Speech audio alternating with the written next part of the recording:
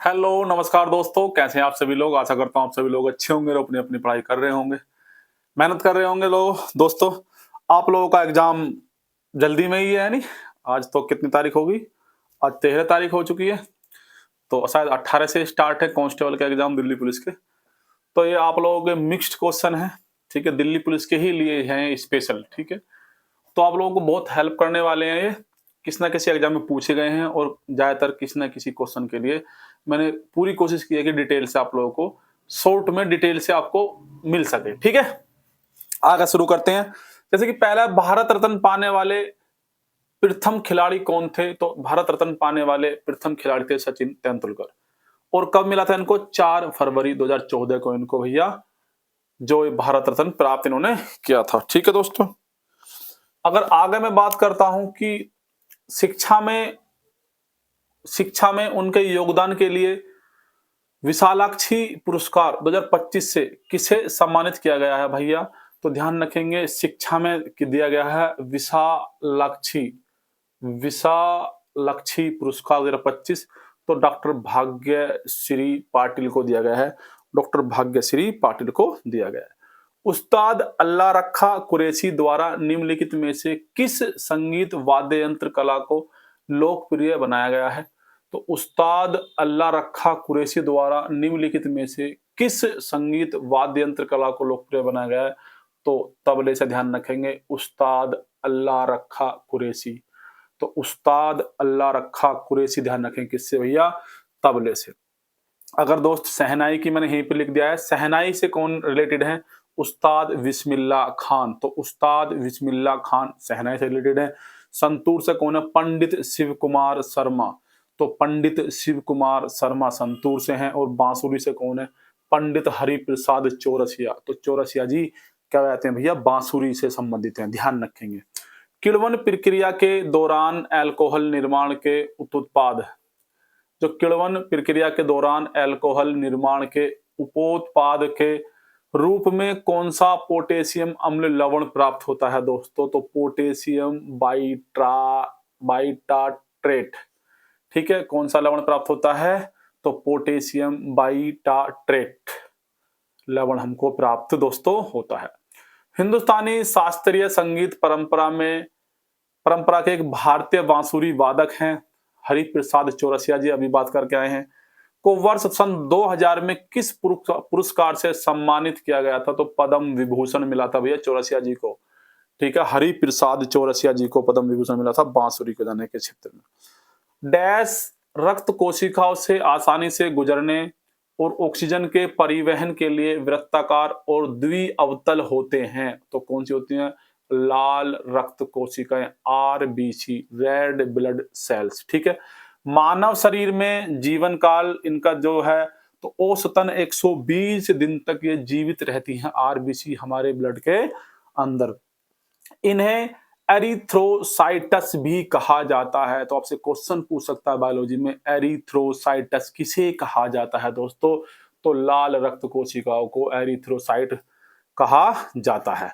प्राथमिक कार्य फेफड़ों से शरीर के ऊतकों तक ऑक्सीजन का परिवहन करना तथा ऊतकों से फेफड़ों तक कार्बन डाइऑक्साइड का वापस ले जाना। आप लोगों को ये तो मालूम ही होगा दोस्तों कि जो हमारी शरीर की सबसे छोटी कोशिका, जो छोटा अंग है या भाग है, वो क्या है? कोशिका। और कोशिका से मिलकर बनते हैं दोस्तों ऊतक, और ऊतकों से मिलकर बनते हैं हमारे अंग, ठीक है। और अंगों से मिलकर बनता है हमारा शरीर, ठीक है। तो प्राथमिक कार्य फेफड़ों से क्या है इसका? आरबीसी का पहला काम तो फेफड़ों से शरीर के ऊतकों तक ऑक्सीजन ले जाना और वहां से वापस आते हुए ऊतकों से फेफड़ों तक कार्बन डाइऑक्साइड वापस लाना। हीमोग्लोबिन देखेंगे दोस्तों, हीमोग्लोबिन आरबीसी में एक प्रोटीन जो ऑक्सीजन को ले जाता है। तो हीमोग्लोबिन क्या है दोस्तों? रेड ब्लड सेल्स में एक प्रोटीन है जो ऑक्सीजन को ले जाता है। और एनीमिया आरबीसी या हीमोग्लोबिन की कमी हो जाती है। अगर किसी व्यक्ति में आरबीसी की कमी होगी या हीमोग्लोबिन की कमी होगी तो उसे बीमारी कौन सी हो जाएगी? एनीमिया रोग हो जाएगा दोस्तों, ठीक है। भारतीय संगीतकार उस्ताद अल्लाह रखा कुरैशी, अभी बात करके आए हैं। भारतीय संगीतकार उस्ताद अल्लाह कुरैशी डैश संगीत वाद्य यंत्र से जुड़े हैं। किससे जुड़े हैं दोस्तों? ये तबले से जुड़े हैं। खजुराहो नृत्य उत्सव, अगर बात करेंगे खजुराहो नृत्य उत्सव भारत सरकार द्वारा मध्य प्रदेश कला परिषद के सहयोग से किस वर्ष में स्थापित किया गया था? तो 1975 में। तो खजुराहो नृत्य उत्सव भारत सरकार द्वारा मध्य प्रदेश कला परिषद के सहयोग से वर्ष 1975 में स्थापित किया गया था। मानव आंख में प्रवेश करने वाले प्रकाश की मात्रा को डैश नियंत्रित करता है? तो जो मानव आंख में प्रकाश हमारा जो प्रवेश करता है उसे नियंत्रित कौन करता है दोस्तों? तो उसे नियंत्रित करता है आइरस। कौन नियंत्रित करता है? आइरस। निषेचन के बाद भ्रूण, निषेचन के बाद भ्रूण डैश में अंत स्थापित हो जाता है? तो गर्भाशय की भित्ति में। जब निषेचन हो जाएगा और भ्रूण बन जाएगा तो कहां पर स्थापित हो जाएगा? वो गर्भाशय की भित्ति में।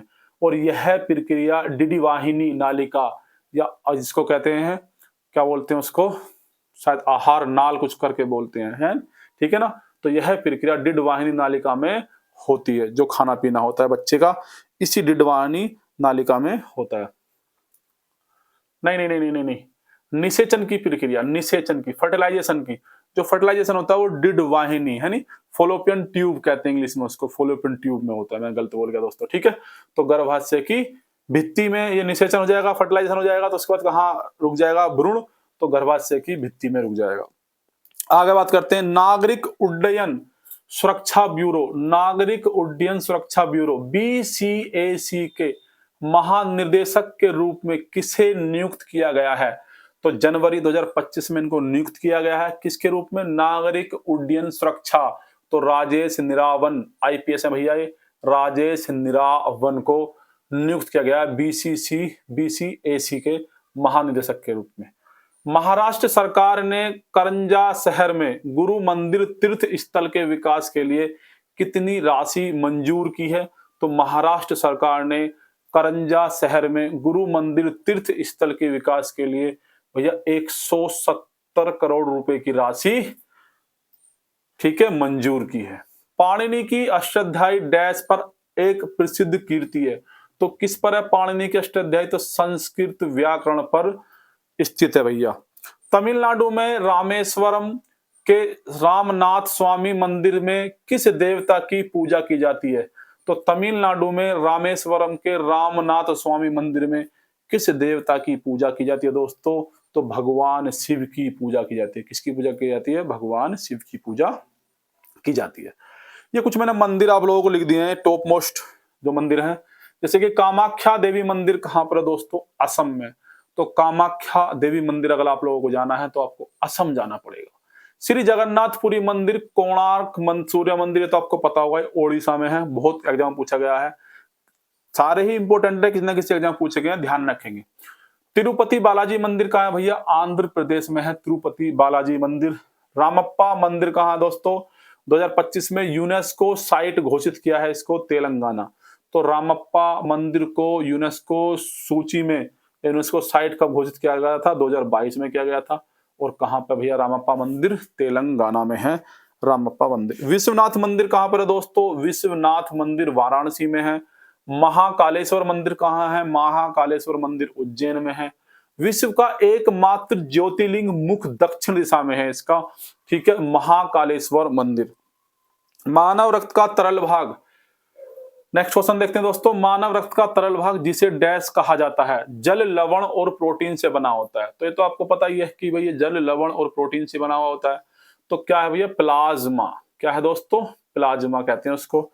ये कुछ कप हैं और ये खेल हैं, इनको भी याद रख लेंगे, इंपॉर्टेंट है दोस्तों। जैसे कि थॉमस कप, तो थॉमस कप किस खेल में दिया जाता है दोस्तों? तो बैडमिंटन चैंपियनशिप में थॉमस कप को दिया जाता है।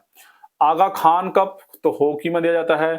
डेविस कप लॉन टेनिस, तो लॉन टेनिस में कौन सा कप दिया जाता है दोस्तों? तो डेविस कप दिया जाता है। और एजरा कप पोलो में दिया जाता है। तो एजरा कप कब दिया जाता है दोस्तों? पोलो खेल के लिए दिया जाता है। और भैया डूरंड कप, तो डूरंड कप दिया जाता है फुटबॉल के लिए। नेहरू ट्रॉफी दी जाती है नौका दौड़ के लिए। नेहरू ट्रॉफी कब दी जाती है भैया? नौका दौड़ के लिए। निजाम गोल्ड कप घुड़दौड़ के लिए, तो निजाम गोल्ड कप घुड़दौड़ के लिए। और Guru Nanak Dev gold cup hockey, hockey के लिए। Maharaja Ranjit Singh gold cup hockey के लिए, Maharaja Ranjit Singh gold cup hockey के लिए, और रंगास्वामी कप हॉकी राष्ट्रीय चैंपियनशिप के लिए। ठीक है दोस्तों, आगे देखते हैं। मुस्लिम समुदाय में किस दिन को शोक दिवस माना जाता है? तो मुस्लिम समुदाय में किस दिन को शोक दिवस के रूप में माना जाता है? तो मुहर्रम को जो बनाते हैं। ठीक है, आप लोगों ने देखा होगा अपनी पीठ पे वो लोहे की जंजीरें मारते हैं। ठीक है, तो ये मुस्लिम लोगों के लिए शोक दिवस है।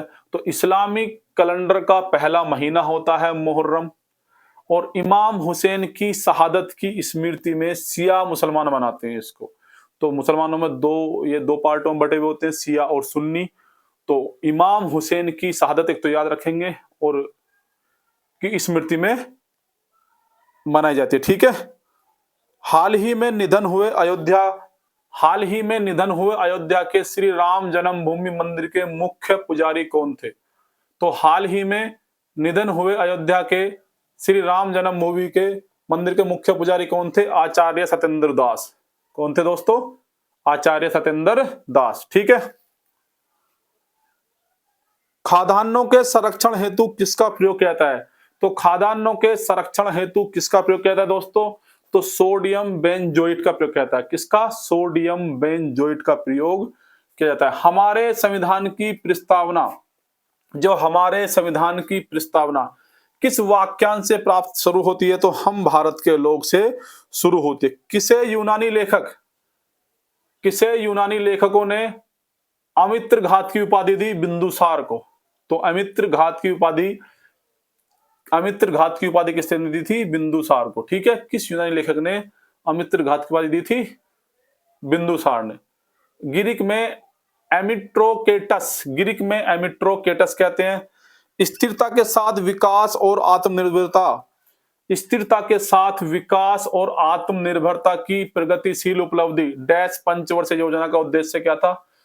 तो चौथी पंचवर्षीय योजना थी आत्मनिर्भरता की प्रगतिशील उपलब्धि। ठीक है दोस्तों, कब हुई थी?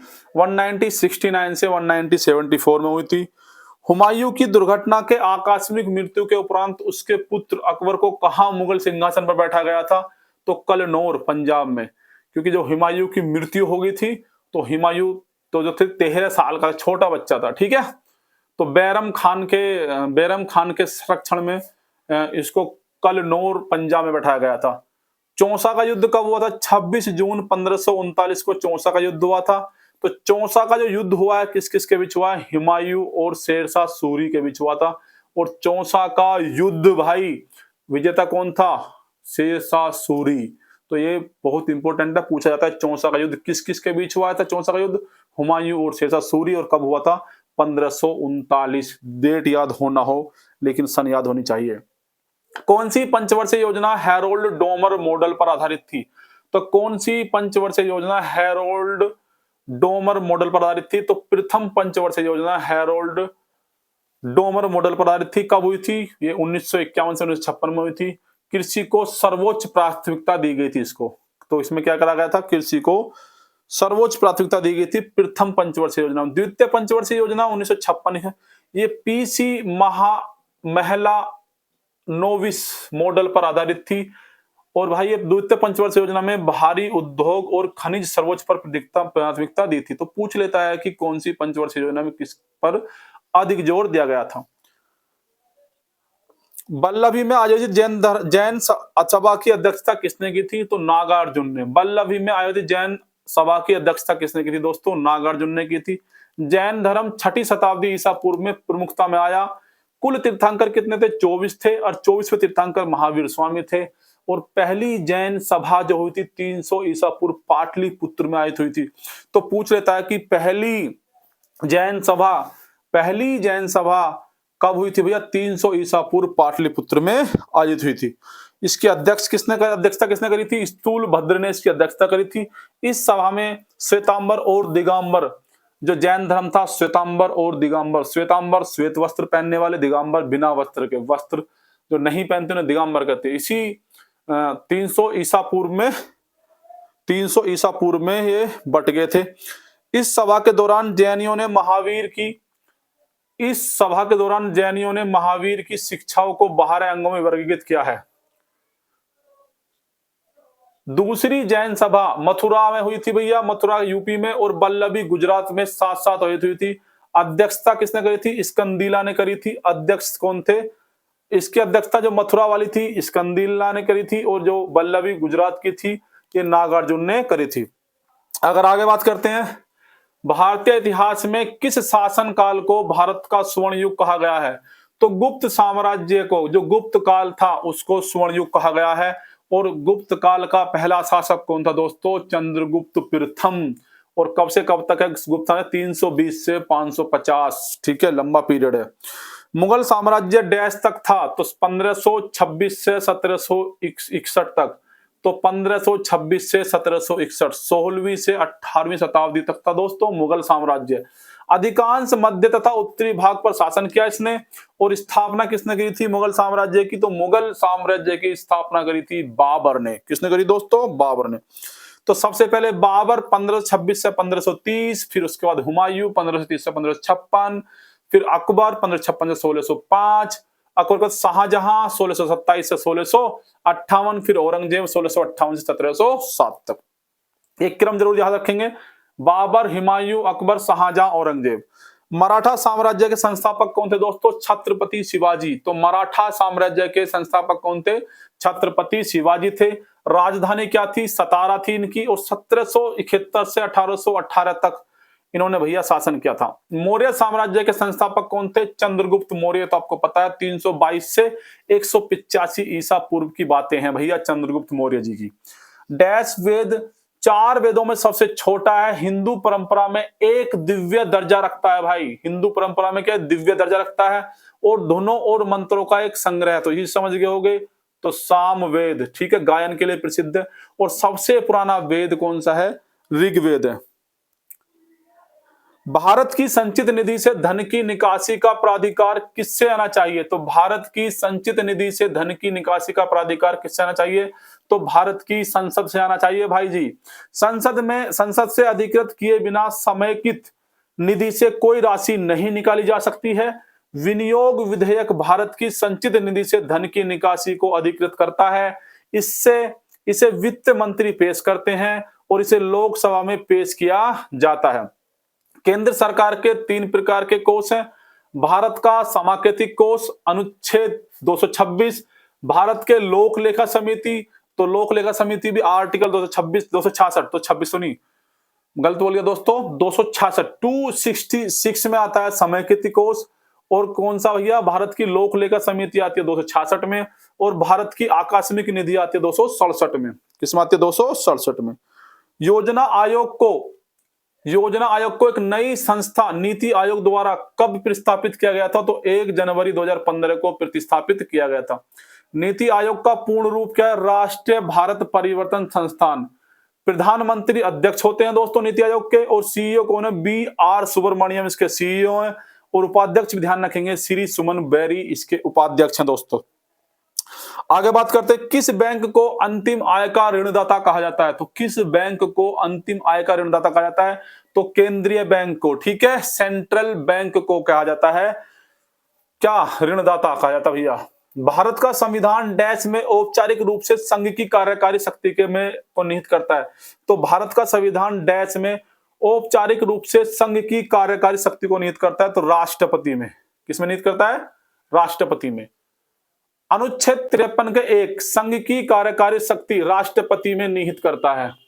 अनुच्छेद 77 सभी कार्यकारी निर्णय राष्ट्रपति के नाम से ले जाते हैं। तो सभी जितने भी कार्यकारी निर्णय होते हैं वो किसके नाम से ले जाते हैं? राष्ट्रपति के नाम से। कौन से आर्टिकल में है दोस्तों? तो 77 में। अगर बात करता हूं कैबिनेट सचिव, तो कैबिनेट सचिव सिविल सेवा बोर्ड और कैबिनेट सचिवालय भारतीय प्रशासनिक सेवा IAS का पदेन अध्यक्ष होता है। तो कैबिनेट सचिव जो होता है भैया भारतीय प्रशासनिक सेवा, ठीक है, का पदेन अध्यक्ष होता है। और सिविल सेवा बोर्ड और कैबिनेट सचिवालय का भी प्रमुख होता है।